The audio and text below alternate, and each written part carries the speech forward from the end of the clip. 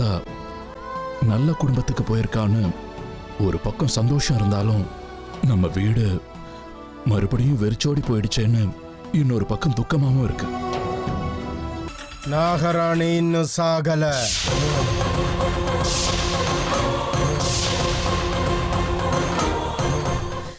இந்த வீட்ல பொங்க போறது நிம்மதி கிடையாது, சோகம்தான். சோகம் மட்டும்தான்.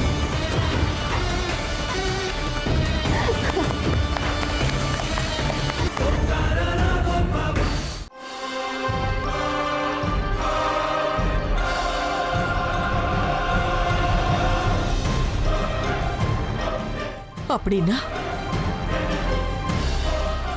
அம்மா அம்மா அம்மா அம்மா அம்மா உட்காரு உட்காரு. அம்மா அது அந்த நாகராணி வந்திருக்காளா? நம்ம வீட்டுக்குள்ளே வந்துட்டாளா?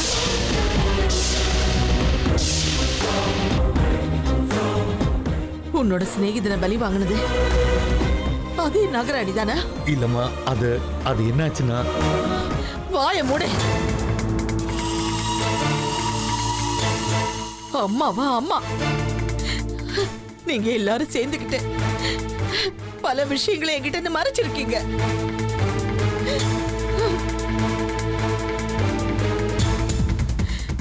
அர்ஜுனோட சர்பதோஷம் இன்னும் நிவர்த்தியாகவே இல்லை. சர்பத்தோட சாபம் நம்ம மேல, நம்ம குடும்பத்து மேல அப்படியேதான் இருக்கு. நீங்க நாகராஜாவையும் நாகராணியும் கொன்னதுக்காக இன்னைக்கு நாகராணி நம்ம எல்லாரையும் பழி வாங்கறதுக்காக துடிச்சுக்கிட்டு இருக்கா.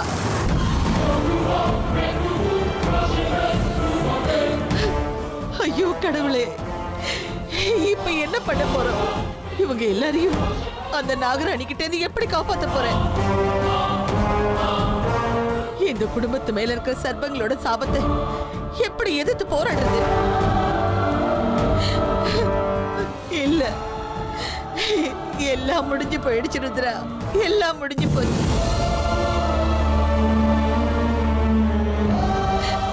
இந்த வீட்டுக்குள்ள அந்த சக்திகள் எதுவும் வராத அளவுக்கு என்ன செய்யறது?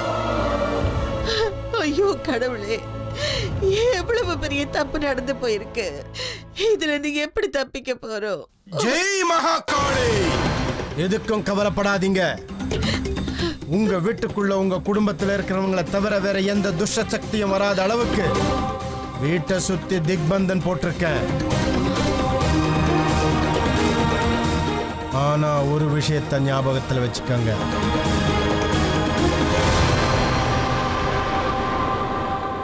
அது என்ன பாபா? நான் கொடுத்த தாயத்துக்களை எந்த காரணத்தை முன்னிட்டும் கழுத்திலிருந்து எடுக்க கூடாது.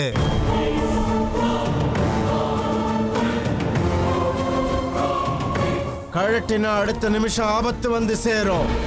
ஞாபகம் இருக்கட்டும்.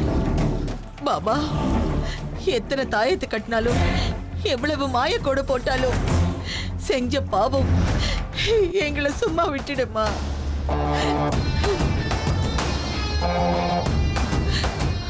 அந்த நாகத்தோட கோவத்துக்கு முன்னாடி இந்த பரிகாரம் செல்லுமா பாபா? என்னோட சக்தியை அவமானப்படுத்துறீங்க, அசிங்கப்படுத்துறீங்க.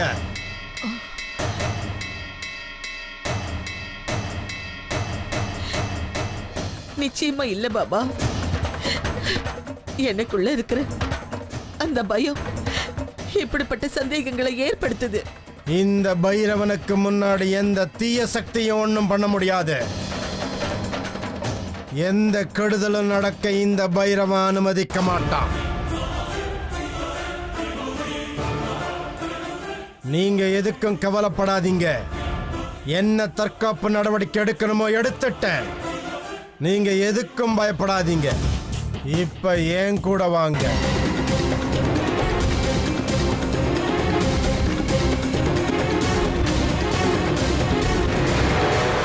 எனக்கு எந்த விதமான பயமும் கிடையாது. ஏன் தெரியுமா? எல்லாத்தையும் விட சக்தி வாய்ந்த ஒரு ஆயுதம் என்கிட்ட இருக்கு.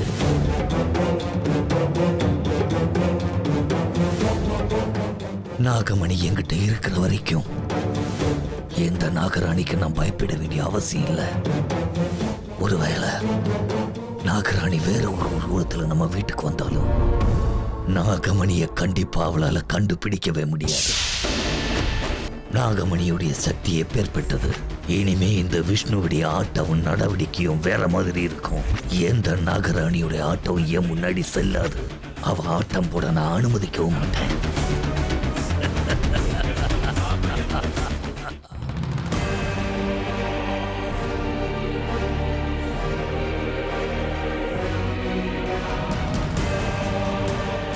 உட்காருங்க பாபா.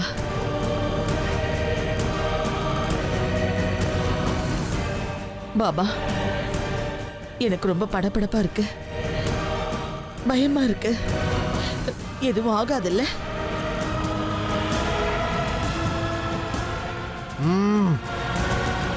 பயப்படாதீங்கன்னு அப்பவே சொல்லிட்டேன். நான் சொன்ன மாதிரி செய்யுங்க போதும். எந்த தீய சக்தியும் உங்களை நெருங்காது. பாபா, எங்க அர்ஜுன நீங்க தான் காப்பாத்தணும். இந்த வீட்டை, இந்த குடும்பத்தை நீங்க தான் காப்பாத்தணும். உங்க ஆசீர்வாதம் எப்பவும் எங்க கூட இருக்கணும். பாபா, இன்னையில இருந்து எங்க அர்ஜுன் புது வாழ்க்கையை ஆரம்பிக்க போறா. உங்களோட பாதுகாப்பு கவசம் அவனை எப்பவும் சுத்தி இருக்கணும். அவனை ஆசீர்வாதம் பண்ணுங்க. ஜெய் மகாகாளி. எந்த காரணத்தை கொண்டு அர்ஜுன் தன்னுடைய குடும்ப வாழ்க்கையை இன்னைக்கு ஆரம்பிக்க கூடாது.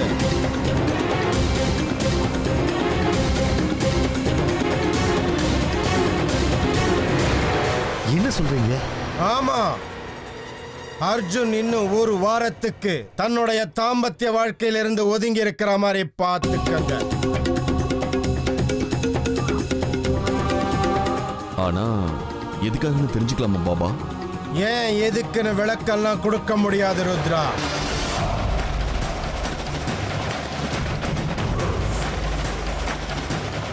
நான் எதை செஞ்சாலும் உங்க குடும்பத்துக்கு நல்லதுதான் செய்வேன்.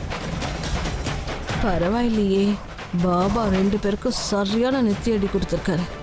ருத்ரா, விஷ்ணு, பாபா சொன்னதுதான். அவங்க நல்லதுக்கு தான் இவர் இதை சொல்றாரு.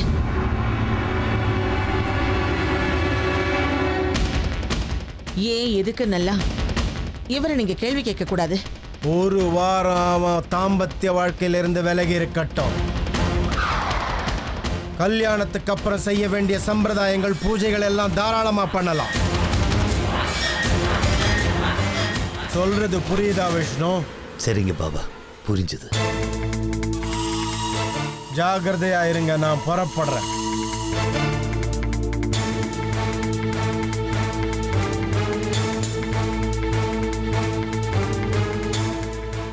விஷ்ணு, இனிமே நாம அடிக்கடி சந்திப்போம் விஷ்ணு.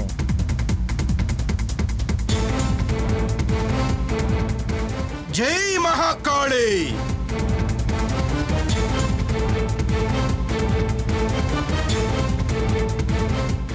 பாபா எதுக்காக என்ன அப்படி பார்த்தாரு? ஏன் அப்படி சொல்லிட்டு போறாரு?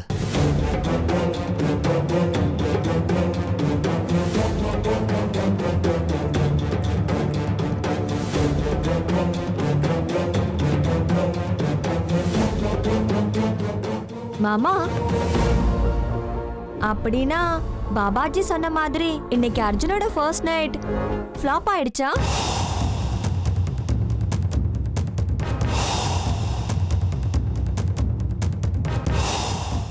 ஆமா, பாபா வாக்குல ஒரு அர்த்தம் இருக்கும்.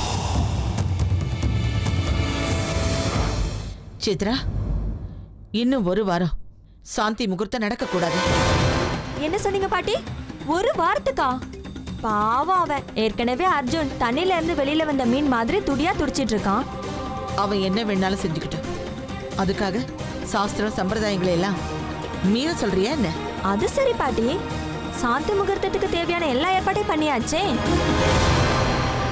அர்ஜுன் கிட்ட இந்த விஷயத்த எப்படி சொல்ல போறீங்க?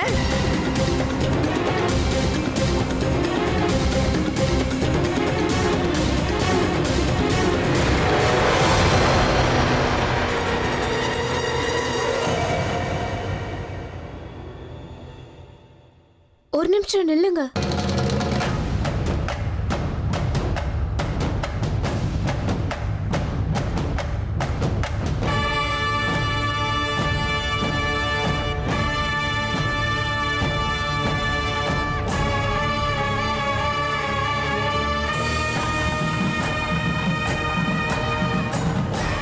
என்ன?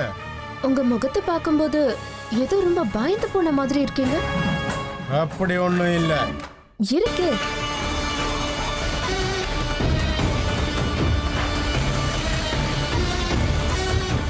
பயமா? இந்த பைரவ பாபாவுக்கு பயமா? வாய்ப்பே இல்ல. நான் கிளம்புறேன். என்னோட கேள்விக்கு பதில் சொல்லிட்டு அதுக்கப்புறம் போங்கல.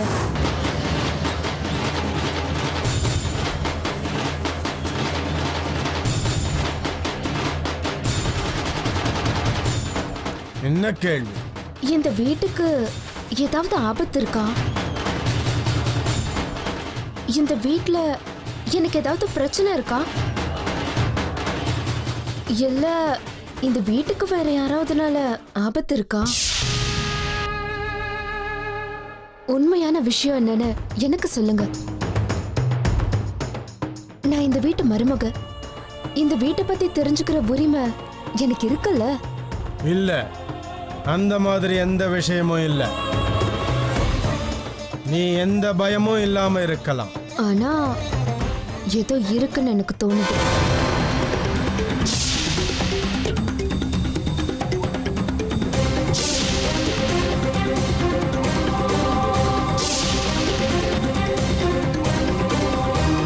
நீங்க வந்த உடனே பெரியவங்களெல்லாம் உள்ள கூட்டிட்டு போனீங்க. என்னமோ ரகசியமா பேசிக்கிட்டீங்க. வெளியில வந்ததுக்கு அப்புறம் எல்லார் முகத்திலையும் ஏதோ ஒரு பயம் தெரிஞ்சது.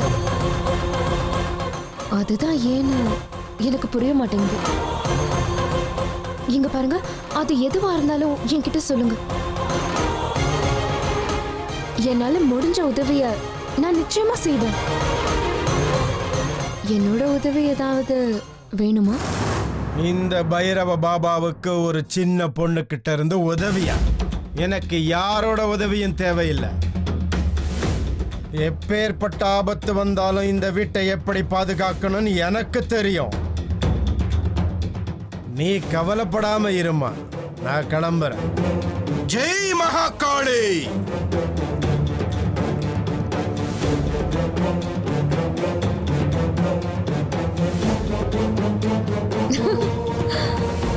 பாதுகாப்பு கொடுப்பியா? பாதுகாப்பு? நான் இந்த வீட்டுக்கு வந்திருக்கிறதே இந்த வீட்டுல இருக்கிறவங்களோட உயிரை பறிக்கிறதுக்கு.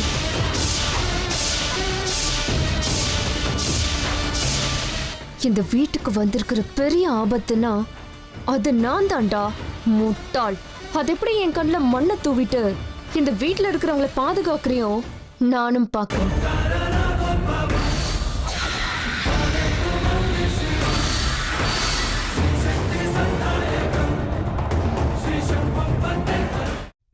நாகராணி விஷயம் ஒரு புறம் இருக்கட்டும். முதல்ல எனக்கு அந்த நாகமணியை பத்தி தான் தெரியணும்.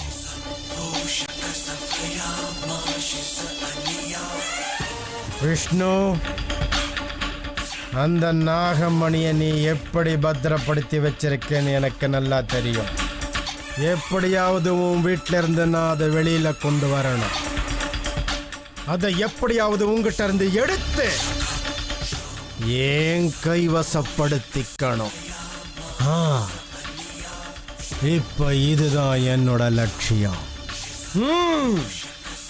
தயாராயிரு.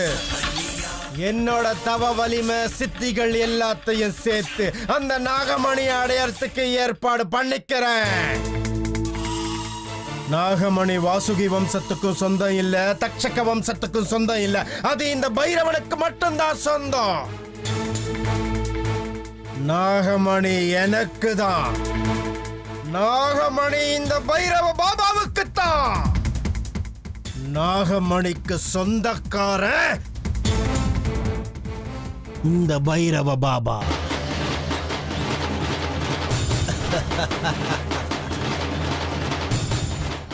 தயாராயிரு.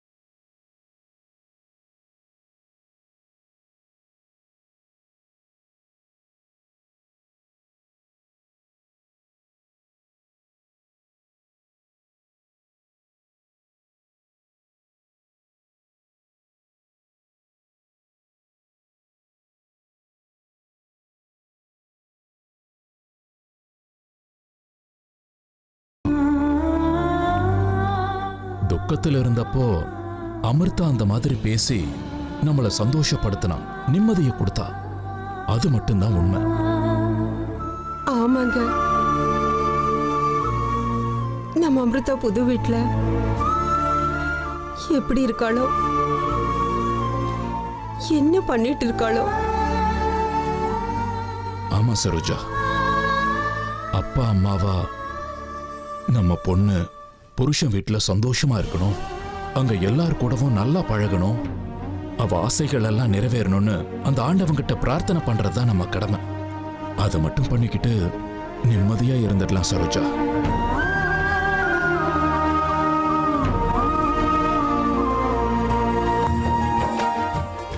ஆமாங்க,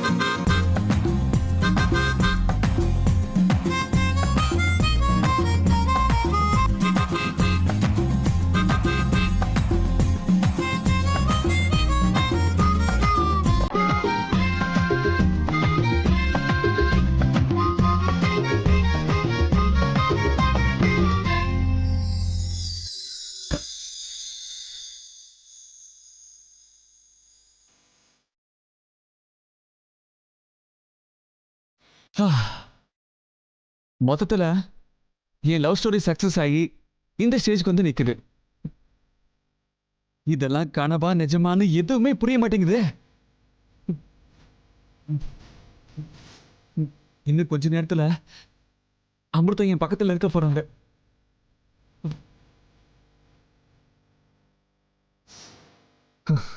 அமிர்தா கிட்ட என்னெல்லாம் பேசணுங்கிறத முதல்லயே பிளான் பண்ணி வச்சுக்கணும்.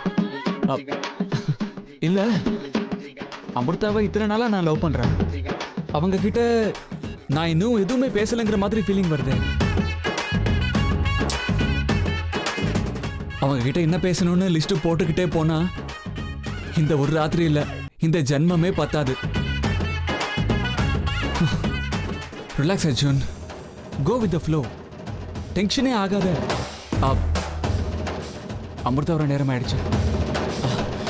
நாம ஓவரா பிளான் பண்ணோம்னா கடைசியில எல்லாம் புஷ்னு போயிடும்.